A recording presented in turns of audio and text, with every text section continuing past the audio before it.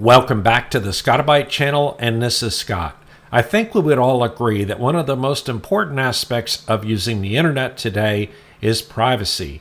And increasingly, privacy has been compromised not only on the internet, but in our personal lives. So with that in mind, I want to review a privacy-respecting, self-hosted search engine called SearXNG.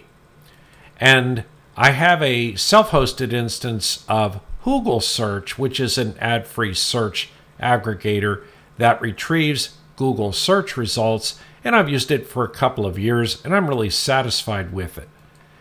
But SearXNG is another search aggregator, and it supports a huge number of search engines from which you can select. And then SearXNG does not generate a profile on your searches and is also open source software, just like Google. And so SearXNG is a fork of the SearX search engine and can be added to your browser address bar and can be set as your default search mechanism. Here we are in my Google Chrome web browser, and I currently have Google as a self-hosted search engine configured in my web browser and also set as my default search engine. And that's why it says up here at the top, search Google or type a URL. So if I click up here and I type Scotti-BYTE, it will go off and search and return search results for the Scotti-BYTE channel, which is everybody's favorite channel, and we'll get all kinds of video results as well as different articles. I've been pretty satisfied with the Google search engine, and it's over on a project page on GitHub by Ben Busby, and it's called Google-Search. And in fact, if I actually go to my google.scotti-byte.com, which you can also, it will provide the main Google search page. So what I'm going to do is I'm going to go ahead and self-host the SearXNG search engine just like I self-host the Google search engine.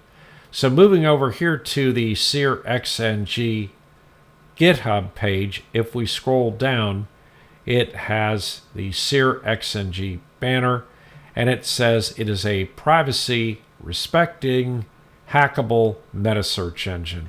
The fact that it's a meta search engine just means that it is a search aggregator capable of going out and finding search results from one or more search engines and providing them in a single interface. I hosted SearXNG as a Docker application inside of an Incus container.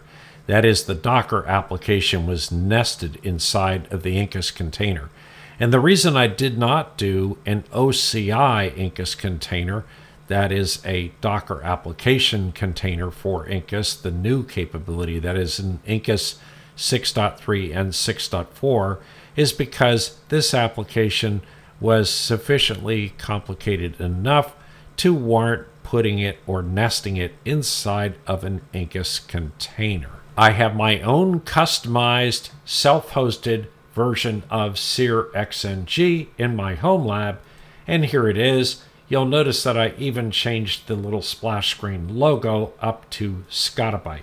So as an example, I'll go ahead and type in Scotti-BYTE discussion as the search term, and it will return search values. And here you'll notice that it also lists all of the different search engines and also whether or not this particular search is a cached search. And at the top, just like Google, we have a number of categories that we can look at: general, images, videos, and so on. So if I click on images as an example, it will go ahead and bring up various images. And if I click on videos, it will bring up related videos as well. SearXNG also has a broad range of user configurable preferences, and if I click on preferences here in the upper right hand corner, you'll see that it has several preferences in regards to what the default categories you want to receive search results from are, your search language, and it can auto detect that. Otherwise, it has a really broad range of languages that are supported and a number of other options here. If we move over to engines, though, we have a really huge variety of engines that we can choose from, and we can turn these on and off individually depending upon which search engines that we want to receive results from. So with that in mind, let's head on over to the terminal and let's create our own self-hosted configuration of SearXNG. And here we are down at the terminal on one of my demonstration servers, and we're going to use Incus in order to install SearXNG. And if you're not familiar with Incus, you want to go over and watch my Incus containers step-by-step video. So assuming you're on your Incus server, you can perform an Incus launch images, and I'm using Ubuntu 24.04. I'm going to call the name of this container SearXNG. I'm setting boot.autostart equals to true, which means that every time the Incus server starts, this container starts as well. I'm setting security.nesting equal to true, and the reason for that is because we plan to nest the Docker application for SearXNG inside of the Incus container. We're using the default profile to define the storage pool location, and we're using the bridge profile to provide an address for the container out on the main LAN. So I go ahead and hit enter, and it goes ahead and creates the container for SearXNG. Now that the container has been created, I can do an Incus list and see it listed amongst the other containers. The two ghost containers that you see here and the speed test container are all Docker OCI containers, and we know that because after the container, under the type field, it says APP, indicating that is an OCI container. The SearXNG container, on the other hand, that we just created, is a standard Incus container, and so it just says container.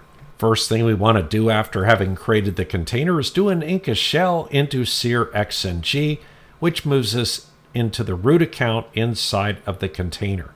So we want to do an apt update, and then ampersand apt upgrade -y, and that'll go ahead and update the repositories and also take any application updates. And you can see that it is trying to update one package, but it says that the depackage package has been deferred, and that is because there is some other dependency that'll need to be installed in a following update before that's possible. Let's go ahead and add a user account, because maintaining the application later on, we're going to want to have a user account. So I'm going to do an add user Scott. I will provide Scott with a password. And then since I know Scott is going to be performing privileged operations, I'm going to do a user mod on -a, capital G, sudo Scott, putting Scott in the sudo group. Let's install the required dependencies for this application, and we're going to do an apt install on git nano curl and net-tools. And I'll go ahead and say yes, and it will install all of those. Let's install Docker from the script on the Docker website with the curl and the Docker script.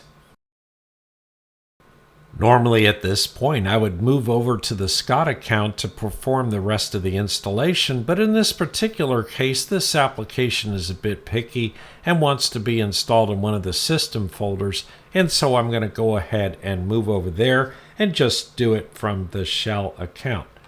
So the place we want to move to is /usr/local. Next, we're going to make a copy of the project with the command git clone, and we'll do this git clone command. Now, if we go down here and do an ls, you can see that we have SearXNG-Docker. We'll do a cd into SearXNG-Docker. And in here, if we do an ls, we have the Docker Compose file and a SearXNG folder, along with a couple of other files. There is a hidden environment variable file, and we can see it if we do an ls-al, and in the long listing, you can see that there is a .env file here. So we're going to do a nano of .env. The .env file lists a host name, and it also lists a Let's Encrypt email. And by default, this application normally installs with the Caddy web server to do its reverse proxy, and it will request its own Let's Encrypt certificate. But we're not going to do it that way, so we're not going to edit this particular file. So you can do a Control-X to exit the editor. SearXNG has a settings configuration file, and we want to look at that by doing a nano inside of the SearXNG folder with /settings.yml. And this is a very simple file, and it basically says that we have to set the SearXNG base URL environment file, and we can either do that in the Docker Compose or that .env file we just looked at. We're going to go ahead and do that over in the Docker Compose file. And then it has this secret key. And the secret key is the one thing that we want to be able to set. So we go ahead and exit this editor session, and we can go out and execute the command to go ahead and set that to a random value. And we do that with this command sed, and it looks for that ultra secret key and goes in and gets a random value which it sets into that file. If we go back and edit that file, you can see that we do have this really long hexadecimal value, which is that secret key required for the application configuration. Now we want to do a edit on the docker compose.yml file, and so I do nano docker-compose.yml. And since we're using newer Docker, we can go ahead and remove this version number up here since it's been deprecated. So I'll do a Control-K and another Control-K. And then the very first thing that we have in here is a definition of a Caddy container. So Caddy is a web server, and that's one that they're going to use for the reverse proxy. And I'm not going to set that up because we're going to use NGINX Reverse Proxy Manager as we have on the channel before. So I'll go ahead and do a bunch of Control-Ks and remove that entry for the Caddy service. And at this point, we have only two containers in here.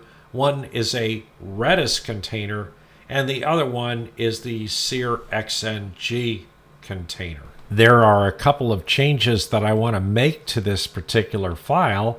And to begin with, one of the first things I want to do is just make this port area, port 80 is equated to port 8080 inside of the container. And we know that port 80 is available on our Incus container because this is the only application running on our Incus container. The next thing that I want to do as an option is I want to go ahead and add this particular folder, which I'm going to call logo, in our current location inside of this SearXNG Docker folder. And what it does is it goes ahead and allows you to customize that logo. Because I've defined this logo persistent volume location here, we don't have any files in it currently. And so when I launch the application, we will not get the default SearXNG volume logo, but that's okay because we're going to put in our own volume. So next, we want to go out here and we want to define the base URL value. And I went ahead and went out to my DNS provider and I defined a subdomain of testing.scotti-BYTE.com as being the name of my search engine. So now that I've gotten that all done, I can do a Control-O and enter to write the file out and a Control-X to exit the nano editor. And at this point, I can do a docker space compose space up dash D, and that'll go ahead and pull the container overlays for both the Redis database and the SearXNG main application. Now that the application is started, I want to go ahead and do an if config and look at the address of my ETH0 device, which in my case is 172.16.1.203, and that is the main LAN address for the Incus container in virtue of the bridge profile. So now I head over to NGINX Proxy Manager by going into my web browser and doing an add proxy host. And over here, I'm going to add the proxy host for testing.scotti-BYTE.com, which I have already added at my DNS service provider. After you type in the name of your subdomain, you want to hit a tab character to fill the field in. And then down here in the forward address, you want to put the ETH0 address of the Incus container, and then we want to enter port 80. We add WebSocket support and block common exploits. We go over to the SSL tab and say we want to request a new certificate, and then we say I agree to the Let's Encrypt terms of service, and I click save, and it should add our new proxy entry. Now that our new proxy entry is added to NGINX Proxy Manager, we want to scroll down and find that entry, move over to the right and hit the three dots and click Edit. Go back over to the SSL tab and click on Force SSL, and then go ahead and do a save. Now we can create a new tab in our web browser and go to testing.scotti-BYTE.com, and there is our entry for SearchNGX, and you'll notice that there is no logo above the search field. And so that's the next thing that we want to accomplish. Now I'm going to head on over to the GIMP image editor. And once I'm there, I'm going to create a new canvas by File, New. And the new canvas size that I want is 854 by 146. And so then I click OK. And once I do that, I'm going to go under Layer, and then Transparency, and add Alpha Channel.